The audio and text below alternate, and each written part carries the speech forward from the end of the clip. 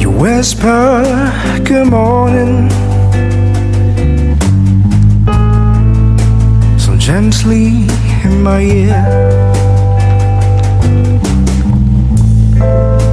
I'm coming back to you, baby. I'll soon be there.